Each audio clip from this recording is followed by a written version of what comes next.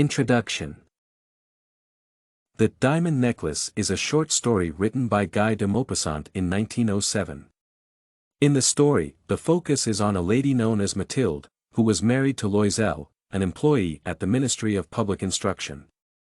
De Maupassant introduced Mathilde as a humble woman who had not grown up with a fancy and flourishing lifestyle.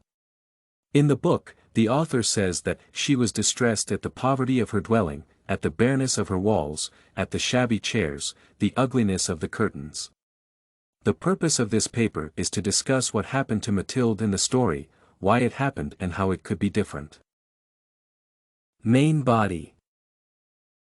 The story rotates on a chance Mathilde got to attend a party with her husband, and she had to borrow a necklace.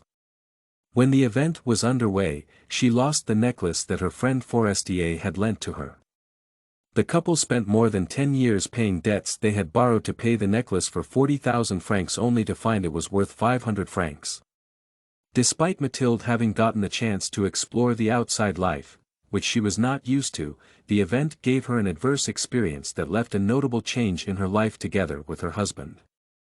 Both Loisel and Mathilde would work effortlessly to earn extra income that enabled them to pay debts owed due to the costly jewelry. Mathilde had aged mysteriously in just 10 years due to the distress of undertaking home chores and economic disparity. Mathilde wonders how the ornament was that cheap compared to the price the sewers had charged them 10 years back. The life of struggling that both Mathilde and Loisel lived in happened because her husband wanted to help his woman discover the outer world even when they had little money.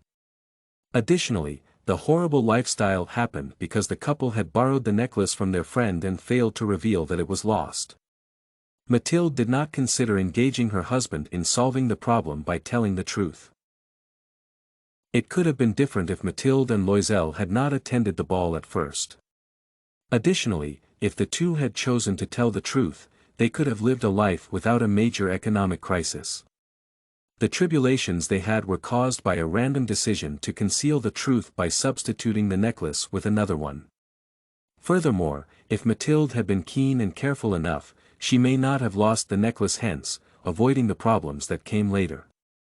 The couple had a chance to change their life by having other matters to attend to other than paying the debts. If they did not have borrowed money, chances are, the two might have had a positive development in their lives. In this situation, I would have first regretted the decision to hide the reality of the matter from the owner of the bracelet.